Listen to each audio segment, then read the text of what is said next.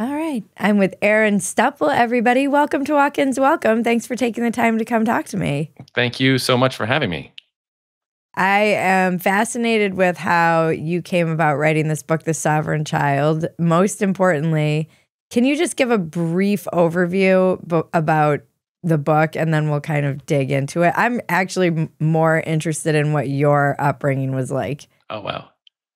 Yeah, the book is about basically rejecting the idea that compulsory rules are good for kids and acknowledging that almost all parenting books or styles of parenting come down to a question of where do you draw the line? We want to be lenient and we want our kids to be, to have autonomy and freedom, but we also need to impose rules. We need to have these firm boundaries. We got to make sure that they're healthy and they are successful and their brains don't rot out watching YouTube. And the point of this book is to really step away from that question altogether and to recognize that we don't know where to draw these lines, right? These lines are ultimately arbitrary. When you take a baby home from the hospital, they don't give you the answers for where to draw these lines. And so we're figuring this out on our own. And the point of this book is that there's a better question. There's a better way to look at this. And instead of, what do I have to make my kid do? Or what do I allow and disallow? A better question is, how do I resolve the conflict that my kid and I are having? Mm-hmm. If I want my kid to brush their teeth and they would rather be doing something else, are there ways to, for both of us to get what we're looking for? Can I make teeth brushing an enjoyable thing that they would do on their own? If they're jumping on the couch, do I have to, install a rule that there's no jumping on the couch because the coffee table is here and you might fall and hurt yourself? Or, can I problem solve? Can I move the coffee table out of the way? Can I figure out some other way that you can, have fun in the living room jumping around that's not going to break something or cause an injury or something like that? Yeah. And, that's the basic idea. And it's grounded in a philosophy instead of, just my kind of idea about raising kids. It's recognizing that raising kids is really a question of knowledge creation and knowledge growth. And there's a philosophy of this. And the philosopher Karl Pauper has, developed, I would say, our best understanding of how knowledge works. And this has huge implications for how kids grow up and what the best way to deal with kids as knowledge creators. And, ultimately we want them to learn how to navigate the world. And so ultimately it's a teaching job, parenting, and we are best served by being equipped with the really good theories of knowledge and knowledge creation. What is his theory of knowledge creation? Pauper is what you said his name was? Yeah, Karl Pauper. So he's a famous philosopher of the 20th century, best known for philosophy of science and what's commonly called the falsification criterion. A lot of people have heard of that. But he has a more general theory, and the general theory is that all knowledge comes from humans guessing explanations about the world and testing them out. And it comes from ultimately from creativity, from human creativity. And human creativity is not some kind of side note. It's not some, kind of frivolous activity or something that you do in your spare time. That some people are creative, but for the most part, we live our lives, with creativity to the side. His argument is that all of life is creative problem solving, it's creative guesswork, testing things out, and that is not only the magic of humans, applying this to children. Children have this creativity just as much as adults do, and so the argument is that creativity is the signifier of personhood, and what grants you full status as a person is whether you're able to creatively grow knowledge, and even babies can do that. And so that is the basic idea, kind of going from a teeth brushing to a very deep look at philosophy. Yeah. What inspired you to write this book? So the inspiration, I got into this philosophy through the theoretical physicist David Deutsch, who's a thought leader that you know uh, I came across just reading popular science books, and um, David Deutsch has theories of knowledge and physics and theoretical physics, and he's a devotee or a follower of Karl Popper, and it's kind of rare. Most people don't have this kind of framework for what knowledge is, and so that was intriguing. And while I got into his outlook, I came across this thing called taking children seriously, which was a which is a school of parenting, a theory of parenting developed by David Deutsch and this woman Sarah Fitzclarence, and it was basically a movement in the UK, largely in the UK in the 90s, that was based on this whole idea that authority is wrong. We don't have perfect knowledge about anything. We can't know what's best for somebody else, and all authorities deserve to be questioned.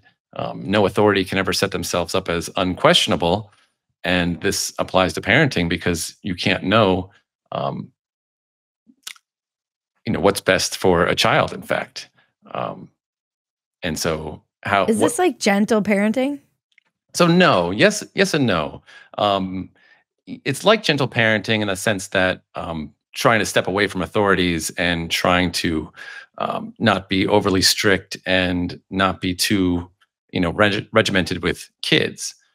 But gentle parenting still places the parent as the authority, and to my mind, uses a lot of kind of tricks and manipulation to get kids to act a certain way. Where this would really try to step away from the whole thing and say, we're not trying to get kids to act a certain way. In fact, we're trying to help kids do what they're doing and figure out a way to help them in a way that accords with the things that we want. Like we want them to be safe. We want them to be, well-fed, comfortable, healthy, knowledgeable, etc. The argument is that you can do that without trying to control kids. How old are your kids? They are 7, 5, 4, 1, and 1. Oh, wow. You have a lot of kids. Yeah. I'm the oldest of 5. Oh, wow. We were all 7 years apart, actually. Wow. Oh, within No 7 twins. years. No twins. Oh, wow. So you were the ringleader. I was the ringleader. Yeah. Oh, fantastic. Fantastic. Yeah. It's fun being in a big family when you're like a little pack. That's what I'm getting the feel for. It wasn't really our intention to begin with, but as we got into it, we were having more and more fun, and now it's like, yeah, big family is just so obviously a load of fun that's not necessarily presented as a great idea. It scales pretty easily after 3, I think. That's exactly what we're finding. Yeah, I think after 3, everyone's like, what's 4, what's 5? And then the older ones start to help, and you can pass down clothes, and you already have the infrastructure, and you've got some parenting under your belt. And yeah, it seems like 3 is when the tipping point, once the parents are outnumbered.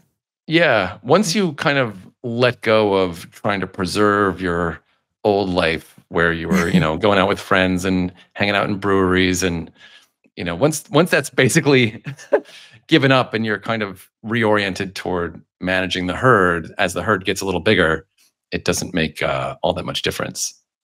Yeah, that's interesting you say that, because I had a child, so we have one, and I had her so late in life that it was A, unexpected, and B, I had lived my life pretty fully, so I didn't have a lot of that oh no, I have to give up like my dink lifestyle or whatever. Right. And I do see a lot of, I saw something the other day in the New York Post where it was the baby raves that they're doing, because Oh, millennials don't want to give up their raving days. And I was like, I didn't even know people still went to raves. The last rave I went to was in the 90s. I didn't even know they were still a thing. And so they're having like, Baby Shark to rave oh music my and God. taking their kids. And Oh my God. I don't know. I guess that seems, it sounds like they're all having fun. It seems, I'm kind of like, there are different seasons in life. You can just move on, but Right. Yeah, to it's each like their own. my brother put it to me like you're kind of, bringing your kid along with your lifestyle, and once you hit 3 kids, you kind of reorient the whole thing. Yeah. Um, Yeah. and it's a case of, I don't know, I've seen this a lot, people asking, what's great about having kids, and it's a case of not knowing what you're missing. There's no way of knowing. I found one of the just most pleasant things in the world is hearing my kids playing outside with each other. Yeah. That is like a joy that I had no idea, and it's, you can't really, it's very hard to express that in words, what that's Yeah. The like. whole thing, really. You can't, you can't know what you don't know. Yeah. And there's so many things that I would have been fine not knowing it.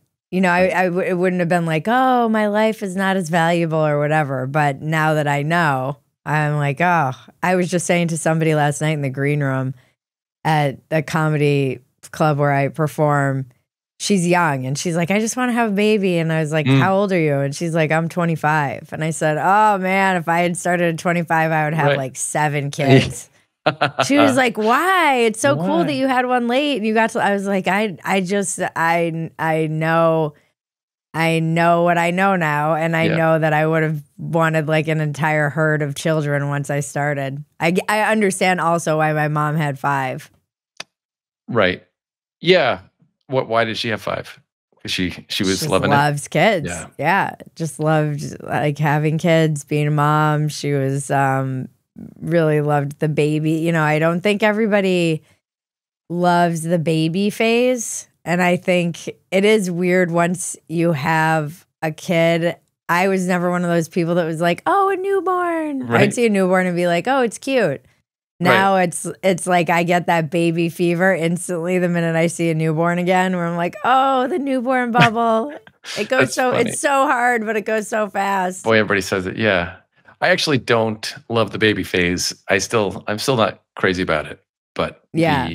the big message, I got this point from Brian Kaplan's book. I don't know if you know Brian Kaplan, an economist at George Mason University, wrote this book Mhm. called Selfish Reasons to Have More Kids. And it is a dead simple argument is that we make the decision of how many kids to have based on the upfront costs in the first couple years and discount the several decades down the road where you're not changing diapers. And he notes some surveys where people start missing their kids around something like age 7 or 10. Like people tend to wish their kids were around more. They're doing Right. sports, they're doing this, they're doing that. And then that just gets stronger and stronger, right? So you have several decades of wishing they were around more. And the best Yeah. way to deal with that is to have more of them. Yeah, exactly. It's just such a That's how I'm already simple, feeling. Yeah. powerful argument. It is, although my sister has 3 and they're older, and she's like, everyone who tells you that they get cheaper is a liar. She's like, Oh, it gets more expensive. There are more activities. Their stuff is more expensive. The stuff they want is more expensive. Now they want computers. It's not like, oh, a cute toy. Now she's like, no, there aren't pickup games anymore. So everybody's in these expensive activities. They want skis. They want, just in general. She's like, then they're in college and if they're going to private school or whatever. So she's like, people who are like, oh no, it's fine. Like once they're out of diapers, she's like, it literally gets more expensive every year they're alive.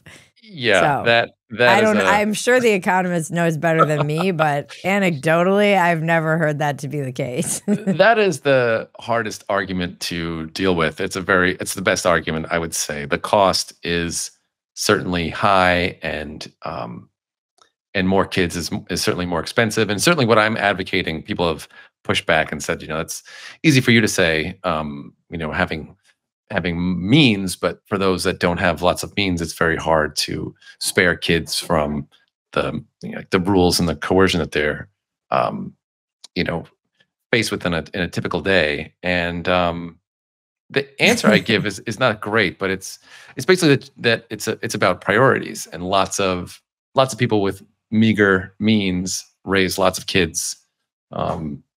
It's just what's hard is to maintain your single or dink lifestyle, Yeah. and then just add kids to it. That's very expensive.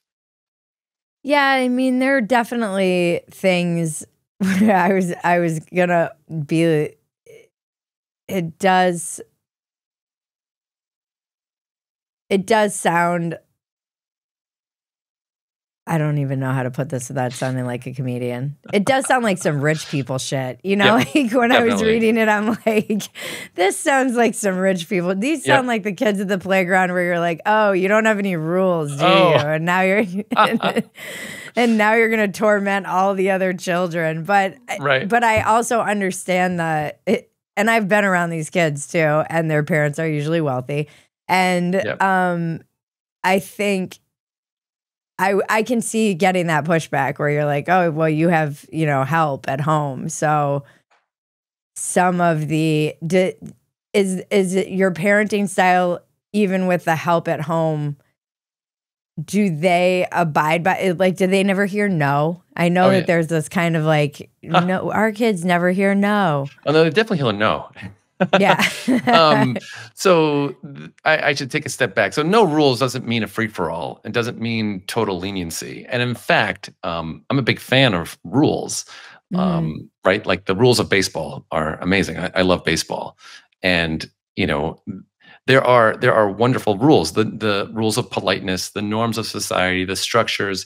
In fact, I think these things are so important that what I'm objecting to is how these are imposed on kids, how they apply to kids.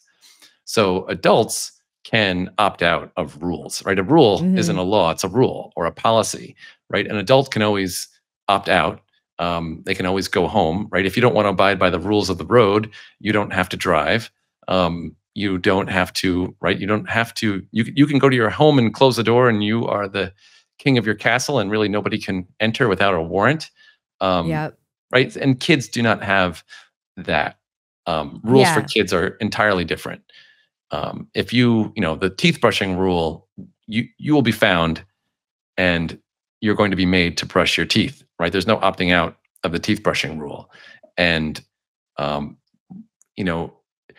kids often face just an onslaught of arbitrarily created rules on the spot, right? Something will happen and an adult will say, okay, new rule, there's no, shooting the squirt gun at the adults, or new rule, you have to put eye goggles on when you're playing with the Nerf gun, or there's no this or no that, right? So the rules, they come out of nowhere and the kids can't opt out. And that's not how adults work with rules, right? The rules for parking are not arbitrary. They are, adults know what this is for. They know why, there are limited parking spaces and there's a meter maid who gives a ticket if you don't pay, and right, and that person doesn't scold you for being bad. They just put the thing on your windshield and move on to the next thing. And there's ways to you go and pay the ticket and then you're absolved, and there's this whole structure and understanding that makes the rule work, and that's how society functions. Is that we understand, we engage with the rules that we understand voluntarily. And if we don't like them, we don't engage with them. If you like baseball, you play baseball. And if you play baseball, you got to, have 3 strikes when you're out. And this is how the game works. And if you don't like it, go do something else. But if you do like it, this is a ton of fun. We want to get down to we want to get from A to B on our car. We don't want to be dealing with chaos on the roads. We want, we like the order of the stoplights and all of that. And so I think, that is how we should also treat kids. So in our home, we have plenty of no. I'll refuse my kids things all the time. It's just that I expect them to take no for an answer when I say no, and the same thing for them when they tell me no, they don't want to hear it. They don't want to hear an explanation for why I think boots are a good idea today. Then I take no for an answer. So yeah, there's lots of no. Yeah. Brad versus Everyone is a 25-minute daily show where Gen Z journalist Brad Palumbo takes on the craziest ideas on the internet, in media, and in politics. Brad covers stories you won't hear about in mainstream media, from social media trends landing some young people in jail, to the progressive media darling whose public meltdown got her fired, to the TikTok boycott against Target that makes no sense. He also pushes back on far-left extremism in the LGBT community from the perspective of a moderate gay man. But Brad also isn't afraid to disagree with the GOP or push back on far-right commentators who take things too far. Listen to Brad versus Everyone wherever you get your podcasts, on the iHeartRadio app, Apple Podcasts, Spotify, or wherever you get your podcasts. It's interesting, too, because I want to know how much of it is personality type. I think one of the things that I realized during COVID, in some ways, I so strongly identify with what you're saying, because it's a little bit of both. One is that we were raised to be polite. It was not strict, but we were all pretty good kids, actually. And we would have babysitters who were like, oh, these 5 kids were just so easy. Like and then we went a little off the rails when our parents got divorced. But there were certain things in school that drove me insane. Like, for instance, and I see this a lot with the kids now with AI, just making me do busy work so that I could take a test that I would ace anyways. And if I didn't do the busy work, then I would get punished and in my grade. And I've been kind of pushing back against this online. Like, well, if you make everything about outcome and not process, which was the way it was for me in high school, just do what I say and do this work for the sake of doing it, even though it's a waste of your time, you don't need to, drove me insane. I'm like, isn't the point of this work to get the A on the quiz? And if you don't need to do this work to get the A, why do I need to do this work? It would, they'd punish you for your grade. So there were always things, and there was no opting out of that. It was just me being, me thinking it was dumb, and being more concerned with like how you come to understand the information and then get quizzed on that information, which now I think they're doing more with having to like AI proof. And it's weird raising children with AI. You're like, all right, so many people. I had an interesting conversation at, Max Myers. He does Arena Magazine. I don't. He's it's very cool, like pro tech magazine that he started just a year ago. Nice. And he had his year, like his party to celebrate the year anniversary, and there were all these really bright young kids there. Not kids, they're like young men, probably 20 years old or so. I was talking to one of them, and he was saying he was very binary about screens. I was like, it's very weird raising a kid with screens because her grandparents are all over the country. So she's on, screen time with them and has this relationship that I never had with my grandparents because they can just keep it going with FaceTime. But she also knows how to swipe notifications away because she's on FaceTime with them. And he was like, I'm very binary. I think you have to like teach them to read and think classically. And I don't think there's a middle ground. I think you've got to be either like keep them off the screens or, and I liked in yours that it was very much like pro, not anti-screen time. Oh boy. No, I'm a big screen evangelist. And I think the iPad is the greatest gift for parenting.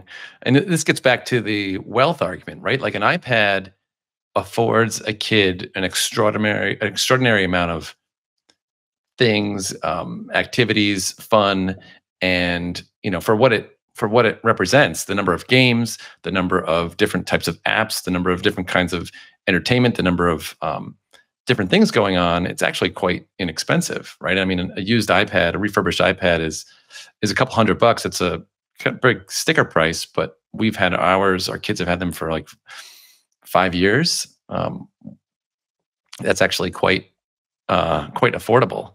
Mhm. Um, and yeah, I guess I mean I could talk about screens. That's one of the big sticking points, probably the biggest one. Um, but I think maybe taking a step back,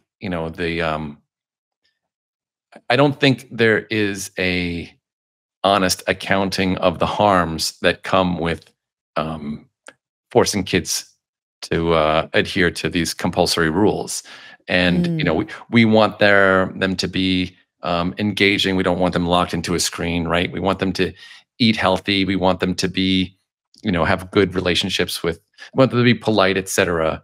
But I don't hear people talk about the amount of or the damage to trust, right? I want my kids to trust me, and if I'm yanking the screens out of their hands or I'm forcing them to eat in certain ways, um, then that has to degrade trust. Or like you're talking about with school, right? Like, is this really about learning the content that you're teaching in the class, or is this about controlling me and making me quiet while I fill out some worksheet, Yeah, it's right? about Like, obedience. it's about obedience, and you Yeah. could see through it, and then you say like, okay, well then you are naturally on guard in the face of somebody who is forcing you to do things that are arbitrary and don't make sense.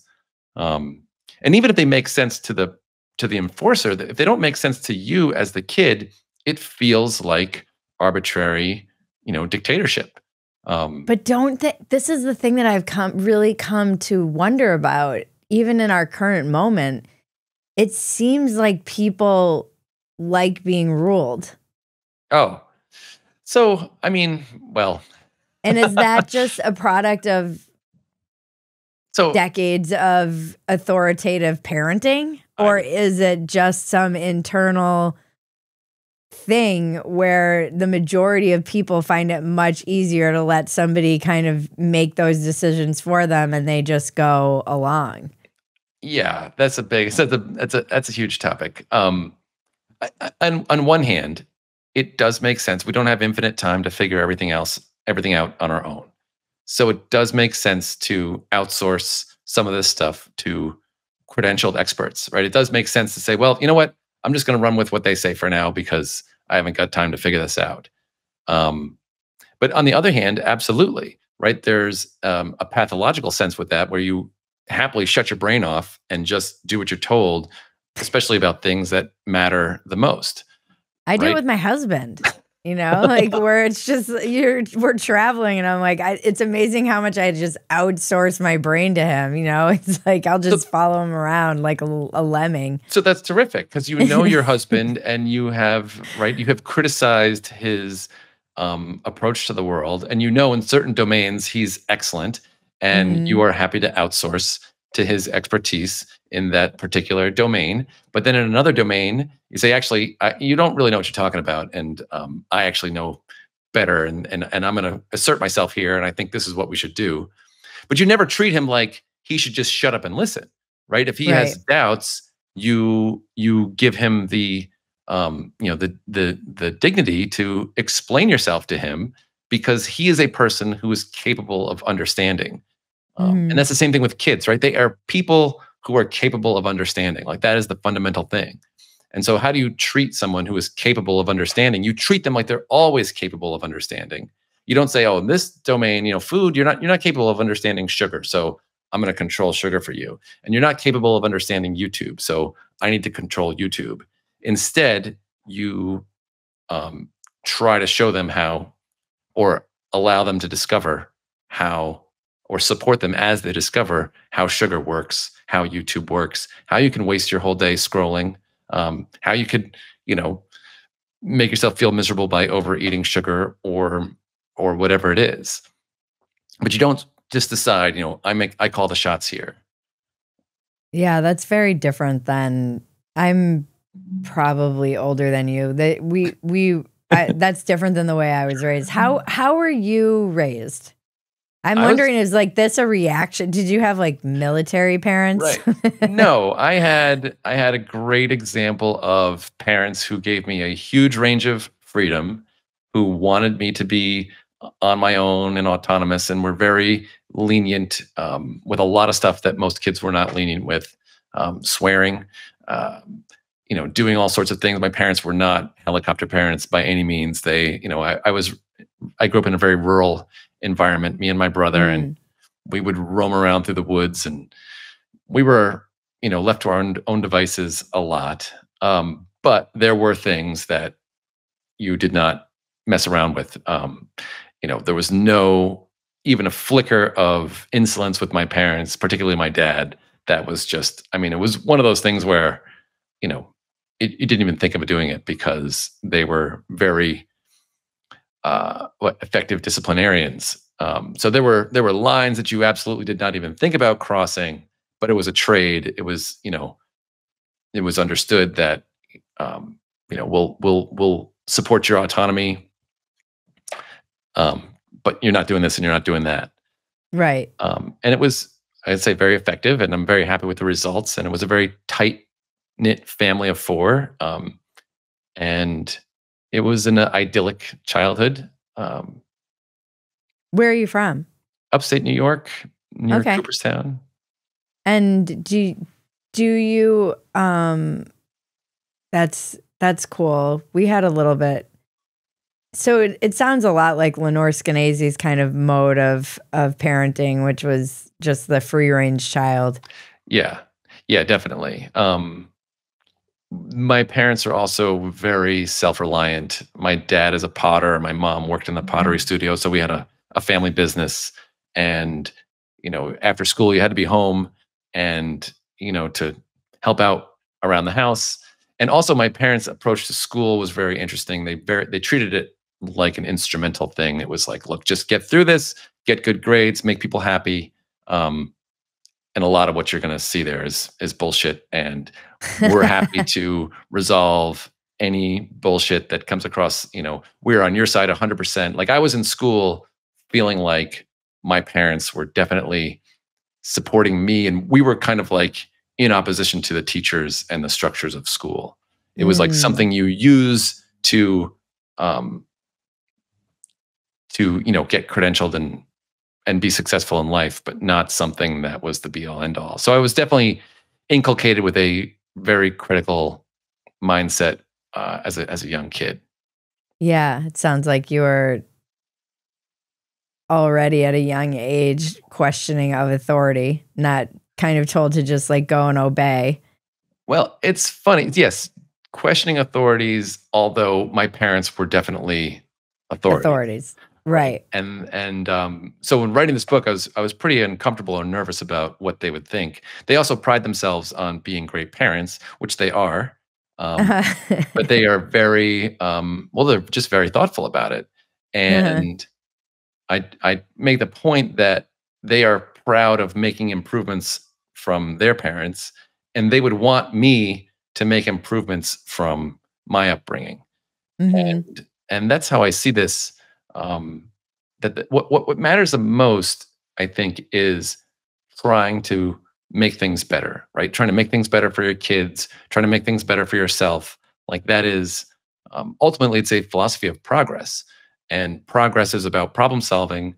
And this isn't like a how-to book. This is more of a presentation of an ideal that is possible. And so I use a bunch of examples from my kids, not to say that these anecdotes prove that my system or this system works. Instead, it's saying that this system is possible. Here are some ways that I implement it.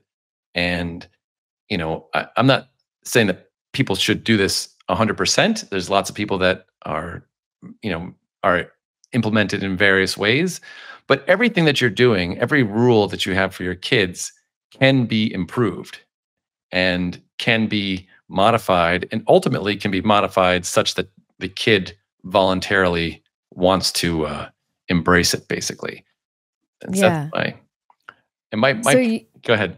Go on. I was just going to ask you, you mentioned in the book that one of your kids kind of opts out of first grade. Oh, yeah.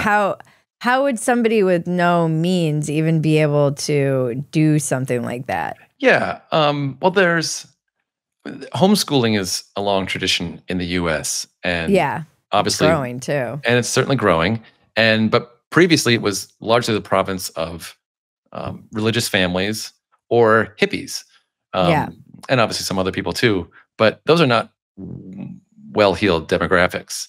Um, you know, people raised on a farm, et cetera. That there are lots of different lifestyles that support having kids at home that don't involve hiring full-time nannies.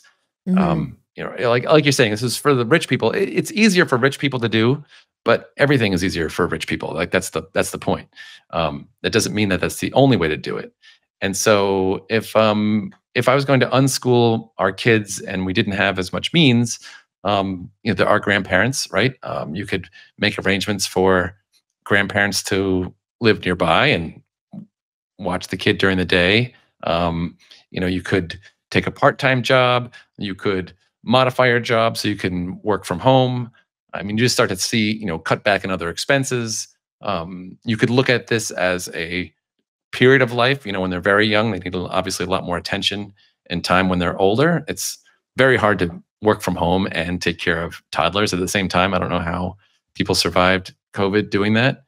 Yeah, I have Um, no I idea. think there's like a collective trauma that is still not fully processed and maybe will never be processed from having to do that. I only had to do it a couple times, and I found it unbearable. What do you do for work? I'm a doctor. Okay. Me and my wife are doctors.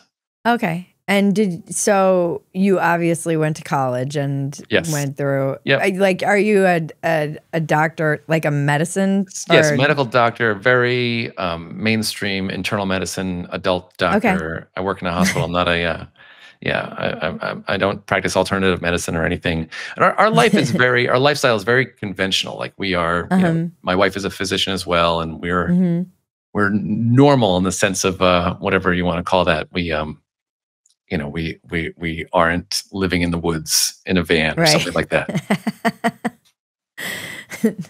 I didn't think you were. Okay. That's interesting. So is that where you guys met? Yeah, we met in residency. So college medical Okay. school residency. We met in residency. Okay. And then Wow, I had that's done it. Yeah, I did. Out of college, I was a teacher back home for 5 years. So I taught in this rural school, same town with my parents, and I did that. I was a middle school and high school science teacher. Oh, okay. And did your parents go to college too? Yes, not my dad. He went later in life. My mom got an associate's degree and then went back to finish up her bachelor's. Okay. And so were you guys raised with just a lot of the value of education and knowledge and learning, or was it more of a like hands-on kind of learning? Totally. More of a hands-on, figure it out yourself. Like my dad just feels like anything you learn yourself. That was his. He barely graduated high school. My mom actually, they met in high school, and she's the reason why he graduated. And but he's a voracious reader, and so reading and knowing about things was always from a kid, just like you are a learned person, a person who understands the world, and people who don't understand the world, well, that's frowned upon, and you certainly don't need school. And in fact, you need to avoid being indoctrinated in school. So school was felt to be like an adversarial presence in terms of learning. Yeah, and my parents were my brother is older and he went to med school, and that was a shock. My parents were shocked that he was a rebel. He joined ROTC. They were shocked. He went to med school. They were shocked. And when he became my dad was like, "You really want to wear pajamas at work?" Like that was just mind blowing to him. So my brother and I are much more, I would say, conventional and establishment, much more than my parents expected. Certainly much more than them. And wow. they're kind of coming to terms with this we raise our kids to be free thinkers. We are free thinkers, my brother and I, but we're also enmeshed with establishment way of life, and Yeah. yeah, we like the trade off of going to work and making a salary, and That's really funny that yeah. when I was working on farms in Southern Oregon, all the kids were raised in like these very kind of alternative hippie lifestyles where they would go to festivals with their parents and they have memories of eating weed brownies and like getting lost at a festival and having to find their parents who were off doing whatever. It was this very kind of freewheeling, and they were all like, I'm joining the military. I'm going to go, like I'm going to go into the DEA. Yeah. Right. They all were like Burning Man kids. And it's funny how we kind of, like it does feel like we're all just in this weird process of rebelling on some level. Or so I'll push back on that. I think in some ways we rebel, and in some ways we don't. Like my experience, right? I became conventional, but I also am. I hate school.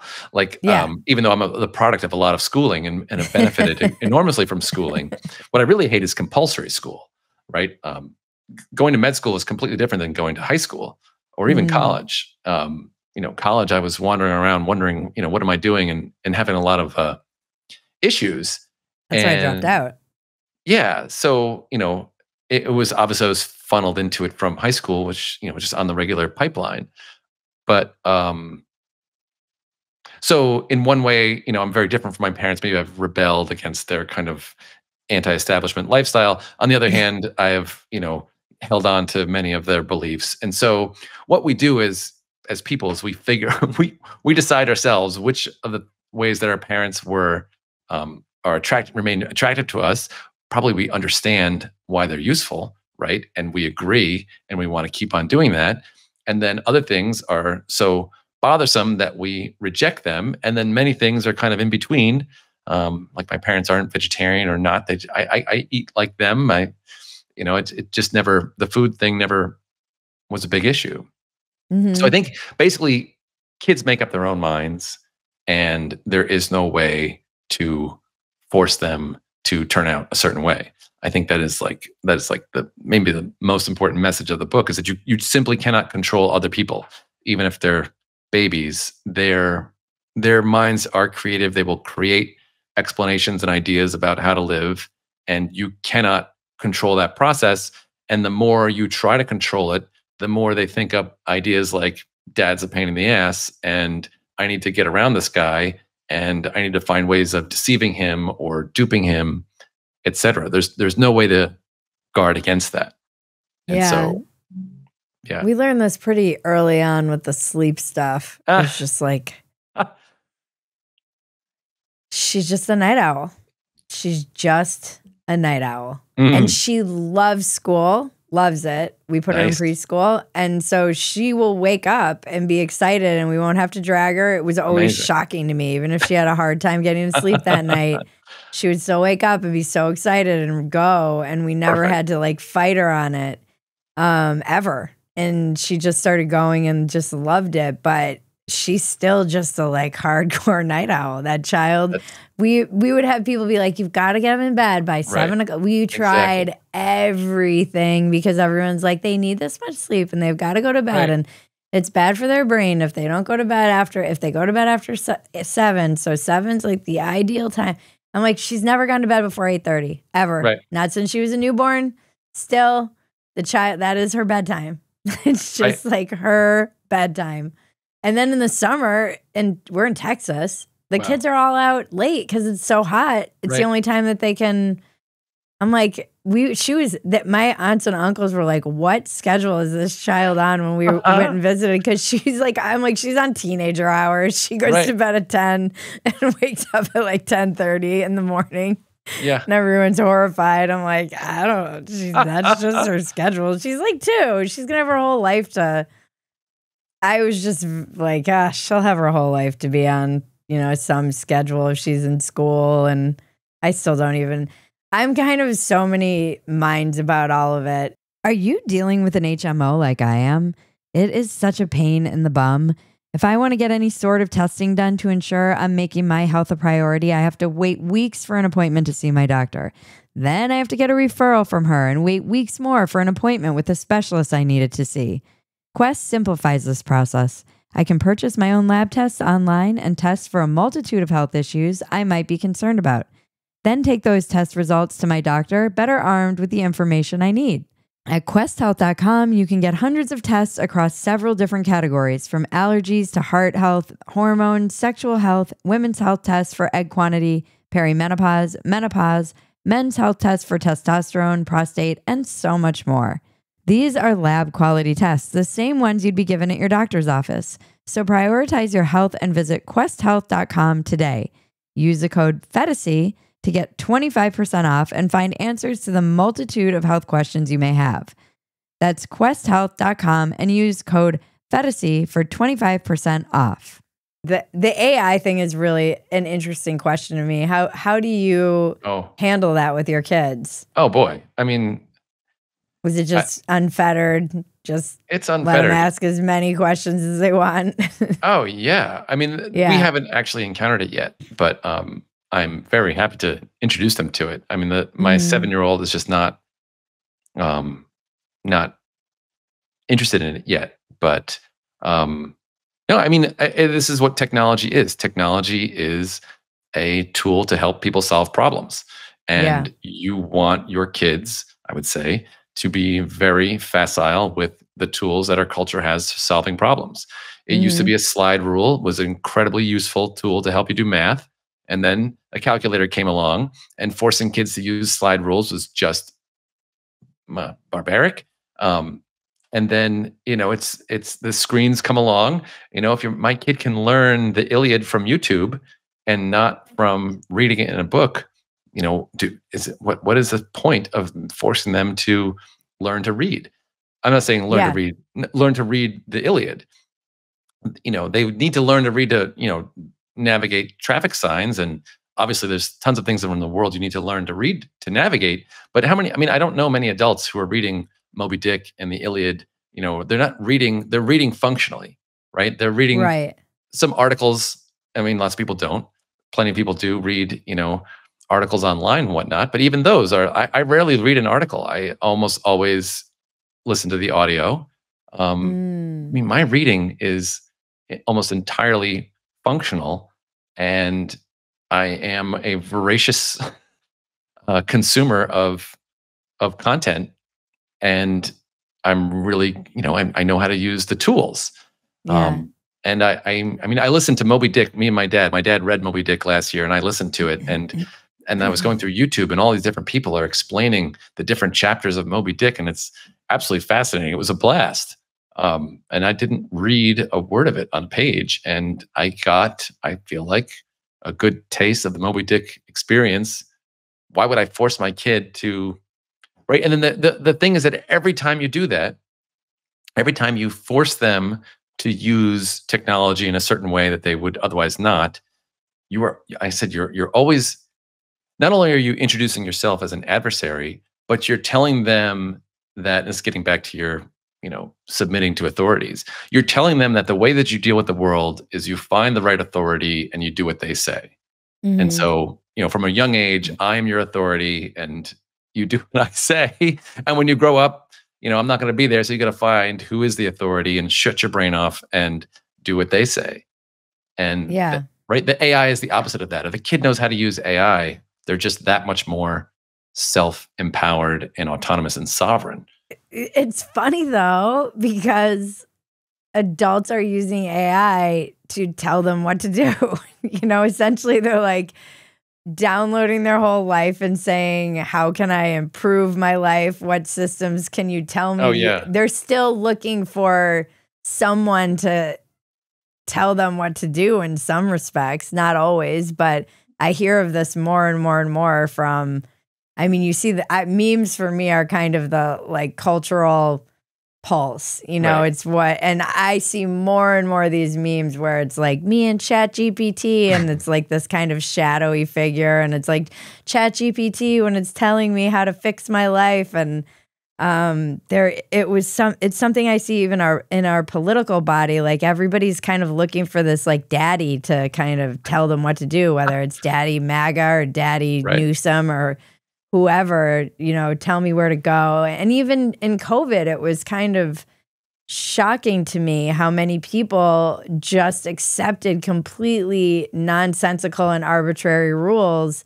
I still see those footprints on the ground and I'm like, they should have gotten rid of all evidence of this nonsense and it's still there. I'm still taking the signs down in the hospital. They're still like, remember to wear your mask, and like the signs just things that they proved were not even really scientifically backed or just kind of made up, as we found out later with like the 6 feet thing, which never made any sense, or wear a mask when you walk into the restaurant but then take it off to eat. Like things that objectively bumping elbows. I was joking about that on stage. I'm like, remember when we thought like you could just bump elbows and that would be fine? All these things that we did, it was very it just made me realize just how obedient to our core, I would say the majority of us are. Oh, well, to white pill you here, AI is an extraordinary tool to question. Yeah, I'm not black pilled, by the way. Yeah, it was just kind of eye opening to me. So it is eye opening, and I think it's like a selective memory. You're going to notice when someone says, "Oh, I'm turning my life over to AI and letting it tell me what to do." I do think it's hilarious when you're arguing with somebody on X and they'll like send you the Grok like reply, like, "All right, well, I'm not talking to Grok. I'm talking to you." Like, yeah, but what we and it's just Grok talking about South Africa. You're like, why are you still talking about this Grok? You're like, wow, this really is Elon's brain, isn't it? It is, yeah. But you don't see how much these tools are used to question narratives, right? Mm-hmm. Like Twitter, I think, is the part of why it has its reputation, or X, is that it is like Google is like guesswork, and X is like the criticism part. And like, let me tell you why all your ideas are stupid. And that's why it feels nastier, or can be nastier. But it is also an incredible tool, right? Everybody talks about all the conspiracy theories that are spread on X, and absolutely. But it's never been easier to question something, refute it, debunk it. And that's why I want to give these tools to my kids and show them how you can figure. I mean, any question. My daughter, she was hopping out of the tub the other day, my 3-year-old, and she was asking me about blood. What is blood? And I'm like, well, I can try to, hard thing to actually explain to a 3-year-old. Like, I just take my phone and open up YouTube, and there's a million little kids things about blood in the circulatory system, and then the heart. And she's like, the heart? And she want to know about the heart. She draws hearts and doesn't know that the heart's actually of course, right, know what the heart actually is. And then she was just asking questions, and we're going through in the lungs and everything. And it was like 5 minutes. I'm like, man, that 5 minutes of YouTube getting out of the tub was so instructive and powerful. And, anytime I have a question, I'm like immediately on YouTube or immediately on Grok. It's extraordinary. No, so it really is. You absolutely want to give kids those tools as early as they're open to them. Yeah, we used to, they're so curious at that age, and they ask you such simple questions that you're like, wow, I'm an idiot. I mean, you're a doctor. You should be able to, if you don't know how to explain what blood is, what chance do I stand? And she was asking me what's liquid, and I was like, perfect. Yeah, like, perfect. How do you explain what liquid is? It's wet.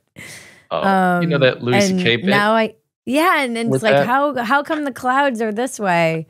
And now I can actually give her like a decent answer. It's not just me making something up that I remember from grade school. Exactly. You can give them a visual and they have different options, right? Like the person with 10 million YouTube hits on liquid, that's a good explanation of liquid.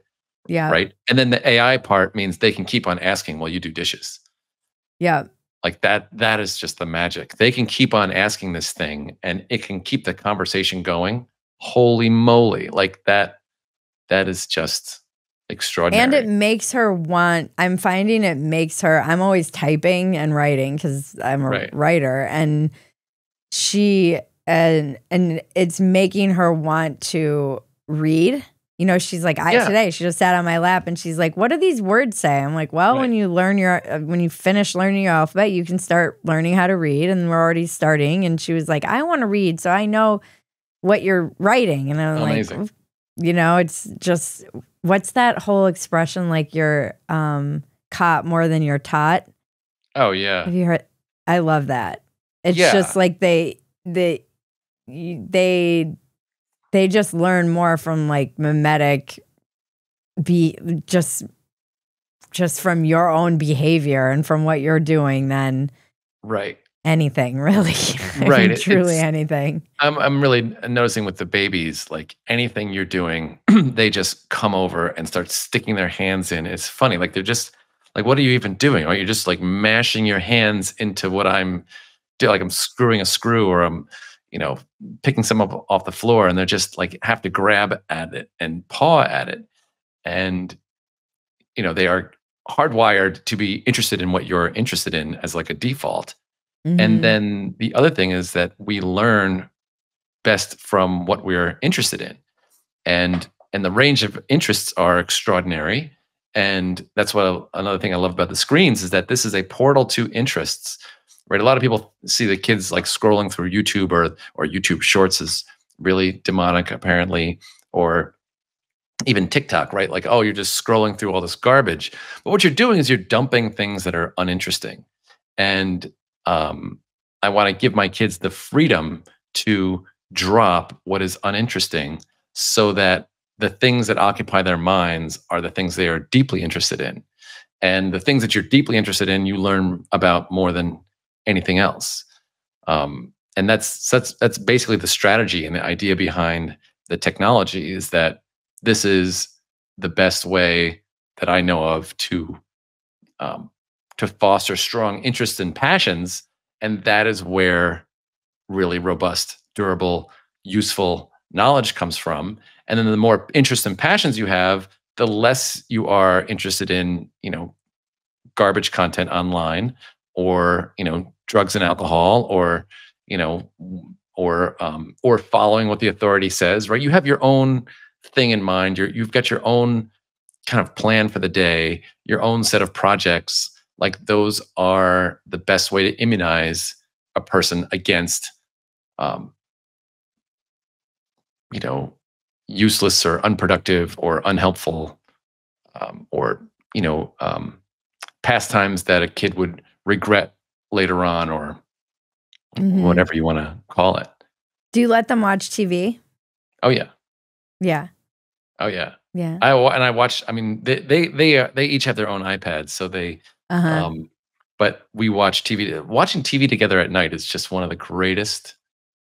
We started watching Ace Ventura, Ace Ventura 2, and oh my God, I mean, it's hilarious. My kid's laughing at Jim Carrey, you know, and it's like 9 o'clock at night. The idea that we have to say, okay, we have to stop this because it's too much screen time and it's bedtime. And actually, I'm not this fun guy who's on the couch with you. I am this guy who's managing and controlling you.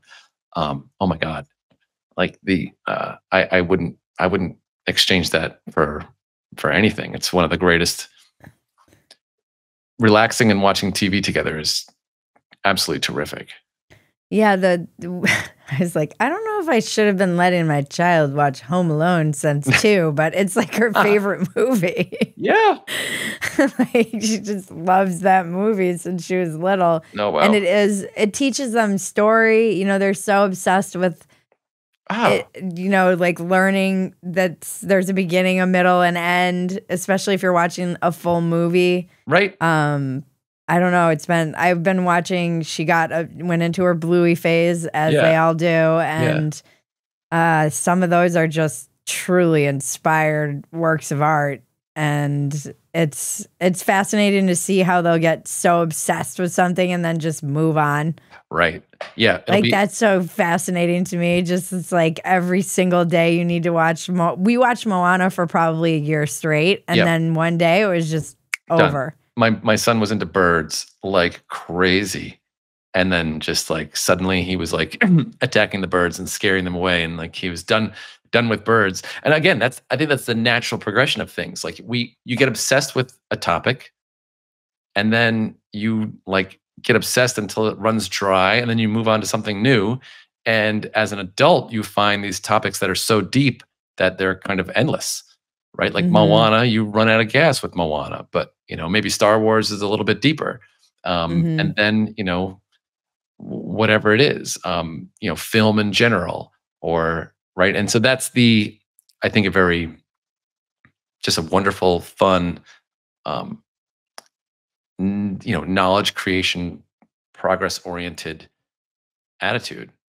It's funny how much autonomy they get from potty training. Like that. It really is amazing. They feel so confident when they get it. Right. It's like they're suddenly they're liberated from. The other day, she has a little stool and we were teaching her. She loves like helping us with all the chores. Yeah. And so she wanted to do the dishes, and she was doing all of her little like cups, that are hers. And she was like, I don't need grown-ups anymore. Right, I'm like, done. Okay. Okay. She's like, I'm potty trained and I can do the dishes. I don't need grown-ups anymore. I'm like, I mean, it really kind of is a lot of being a grown-up. Yeah. Like, you're not wrong to observe that a lot of being a grown-up is just going to the bathroom and doing the dishes. Yeah, or sleeping, right? Sleeping. Eating, getting your own food, like taking care of these things are, and how many grown-ups do you know who have this sleep thing figured out, right? I said to my husband, I'm like, I hate sleeping. I hate it. I've always hated it since I was a kid. I hope she didn't get that from me, but I've just never liked it. My cousin and producer loves it. She can also attest to my absolute, I'm like, it just feels like a waste of time. Why haven't we evolved past needing this much sleep? I don't get it. I've always needed like 5 to 6 hours. People are like, how do you function? But I'm not like cranky if I don't get enough sleep. It just is who I am. I had a hard time sleeping when I was a kid. I would be up just staring at the ceiling, just reading under the covers like that. When I look at my daughter and she's like a brain all over I'm like, honey, I get it. We're just gonna have to manage this. I'm 46 years old and still haven't figured this out. Yeah. But like to your point, how many adults have figured this out? And then similar with food, right? Like how many people think that they have a great relationship with food? Yeah. It's very common to not have this figured out into adulthood. And so the idea that you could figure this out for somebody else is ludicrous. Like it's hard enough to know yourself.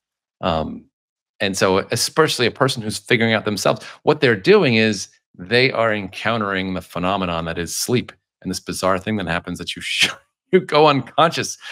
That's really pretty crazy. Yeah.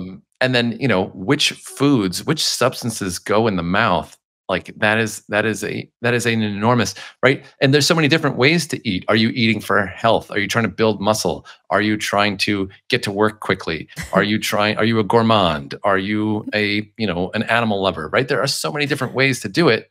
And to just say like, oh, you need, 5 more bites of your broccoli is ludicrous. Yeah, she picks a lot up. It's always just so amazing to me how much they absorb. And my husband's always like kind of tracking like how much protein, it's right. Like can't get enough protein.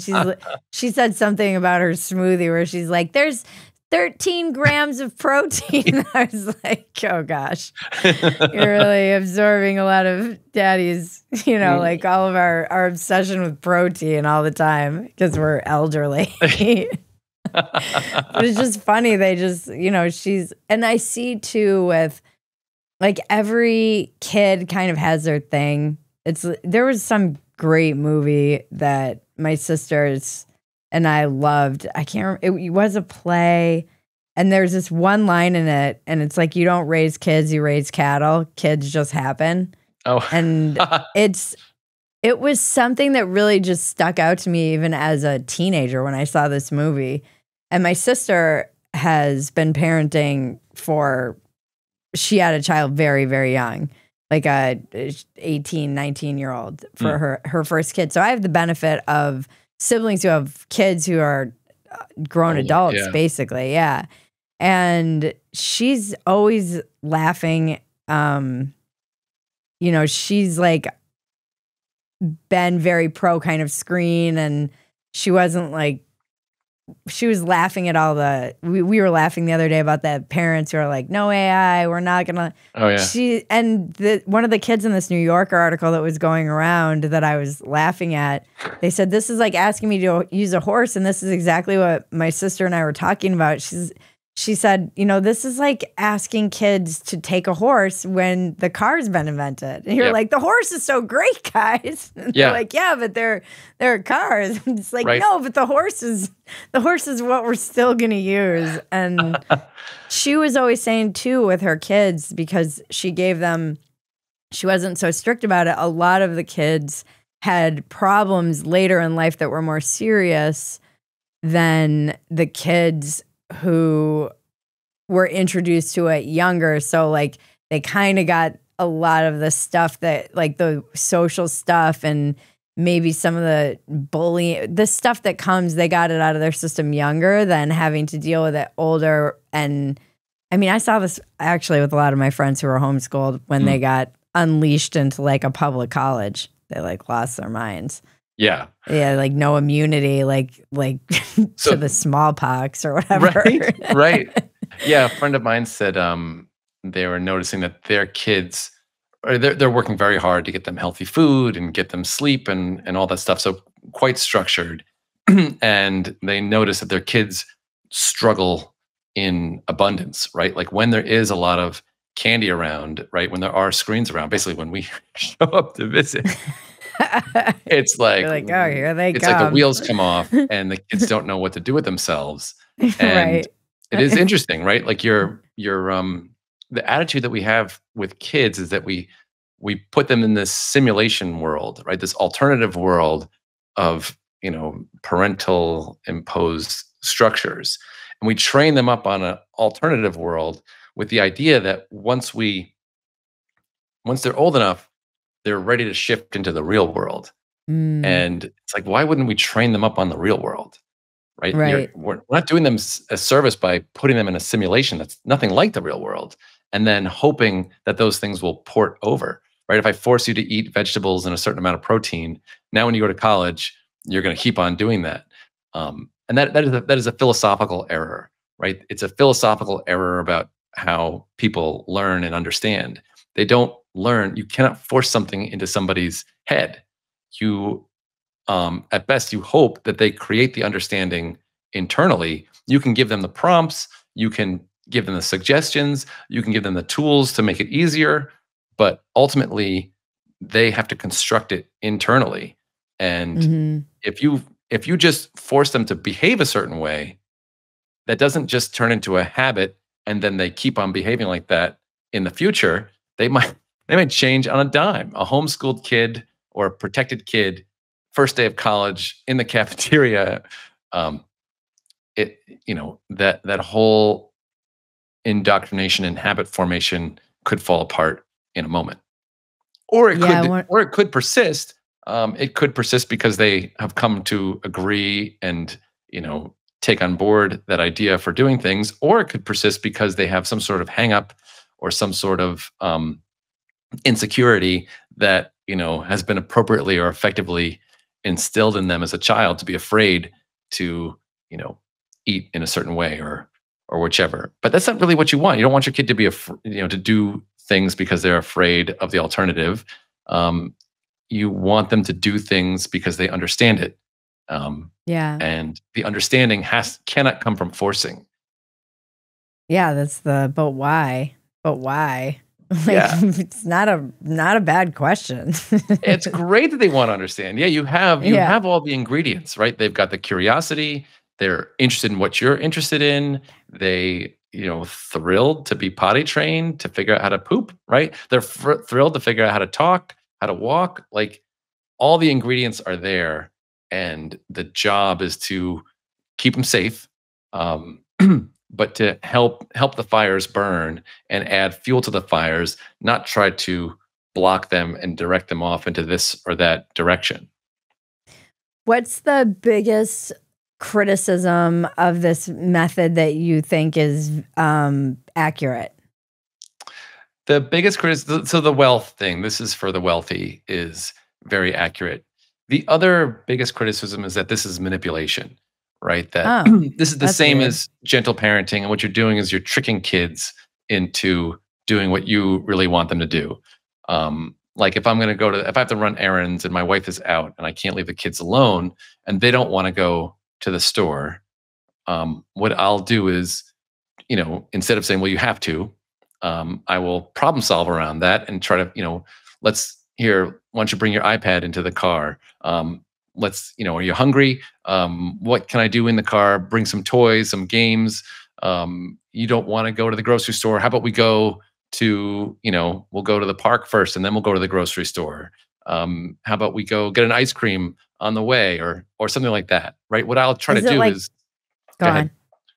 Nope, go on. Finish what you're so saying. I will try to figure out ways to make this enjoyable for them such that they want to get in the car with me and let's go. And yeah, well, I'll come with dad. And at the grocery store, I'll often, whatever they want to buy or run around and look for, like there's a ton of fun to be had at the grocery store. So anyway, I'll do a lot of that stuff to get them to do what I want them to do. But I don't think that can easily blend into manipulation. Absolutely.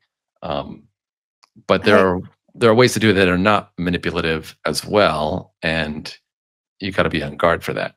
Yeah. I would say that sounds less, I guess the thing I always run into as a parent is not so much am I manipulating them as like, am I coddling her?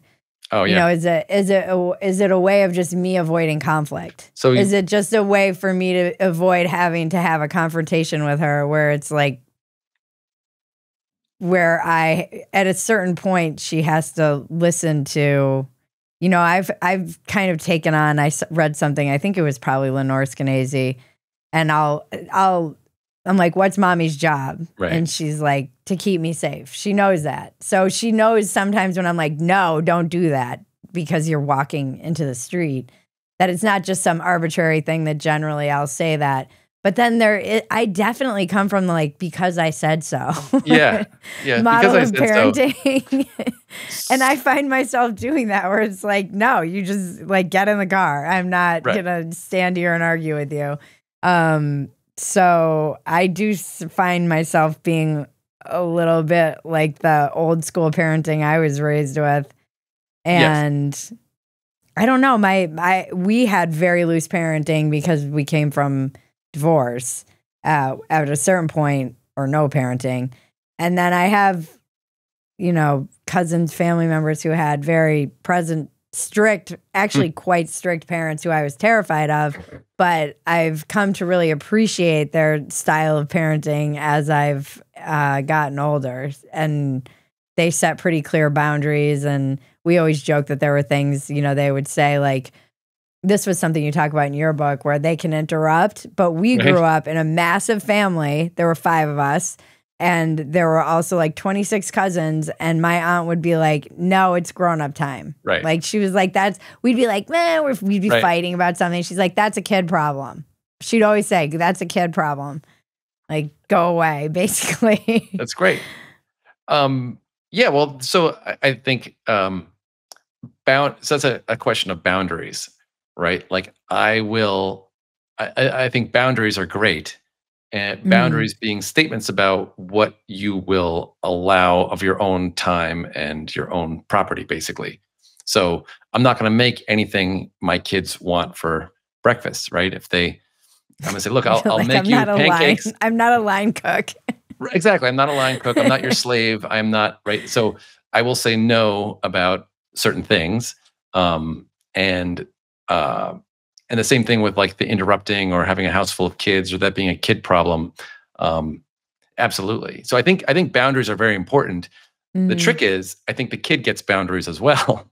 Right. If the kid wants to be alone, if the kid doesn't want to hear it, if the kid wants to opt out, basically that's what I do. I just always Mm, create an opportunity for them to opt out. Um, interesting. What's your biggest defect of character? oh, uh, I cut a lot of corners.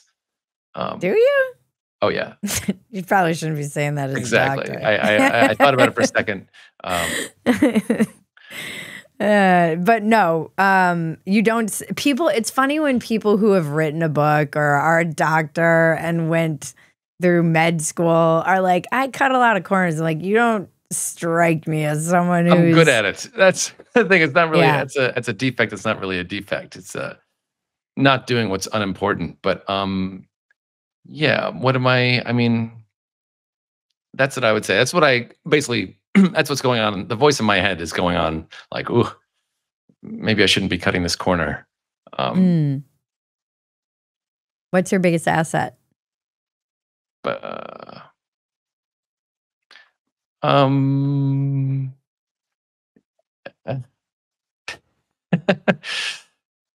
I don't know. Maybe humor. Um,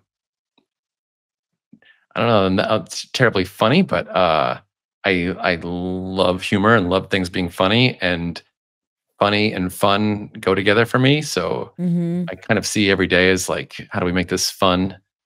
How do we Yeah. find the humor in this? I think that is the most effective way of whatever you want to call it, parenting, manipulating a Right, child is exactly. like with the toothbrushing thing, we just turned it into like, we're like, we've got to get the sugar bugs. They're building and we're like, Boom. they're building a whole like, like town in your mouth and we need to take it. And she'll be like, make the noises. And we're like, ah, ah.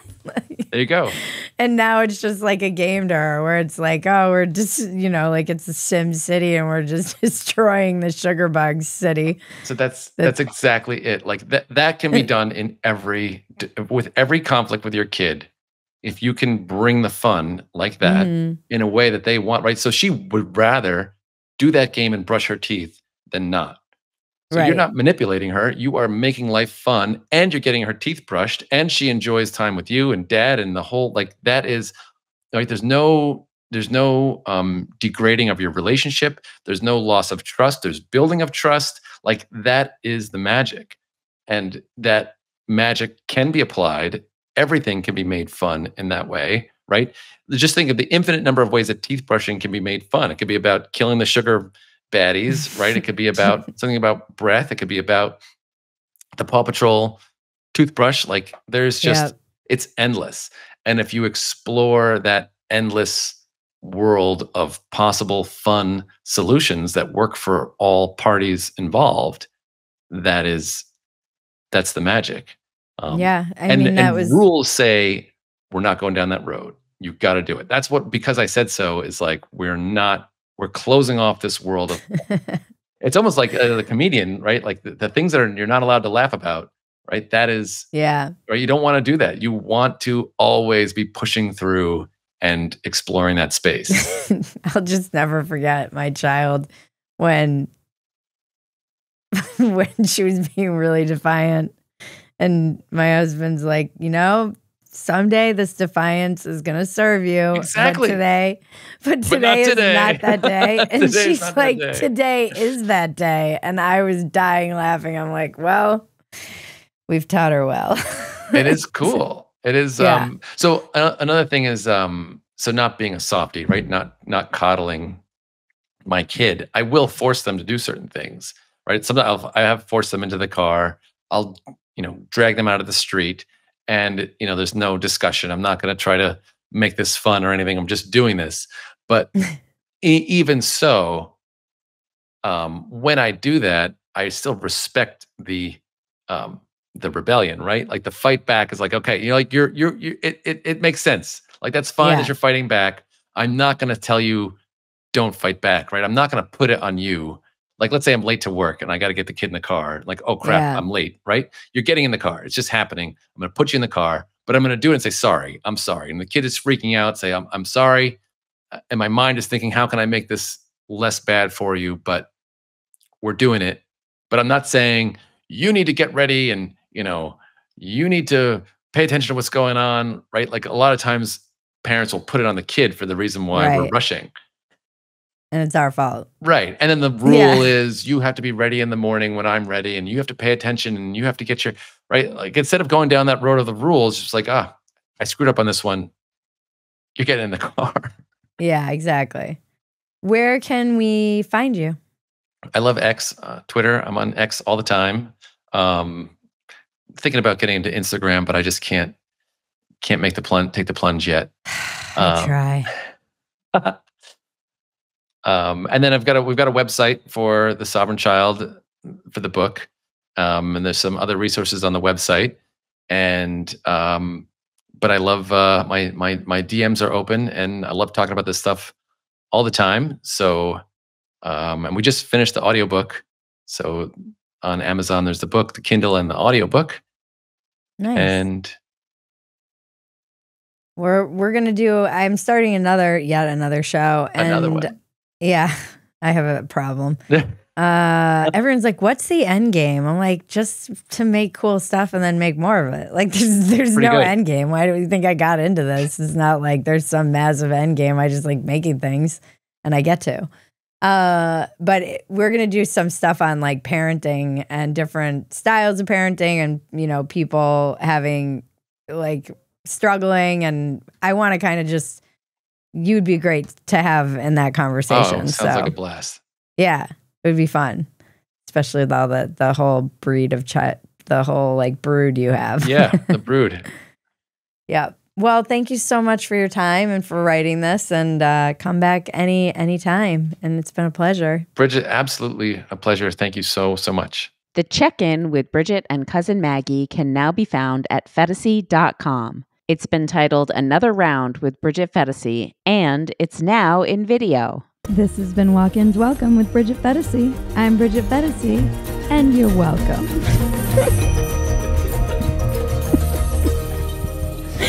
It's the dumbest line.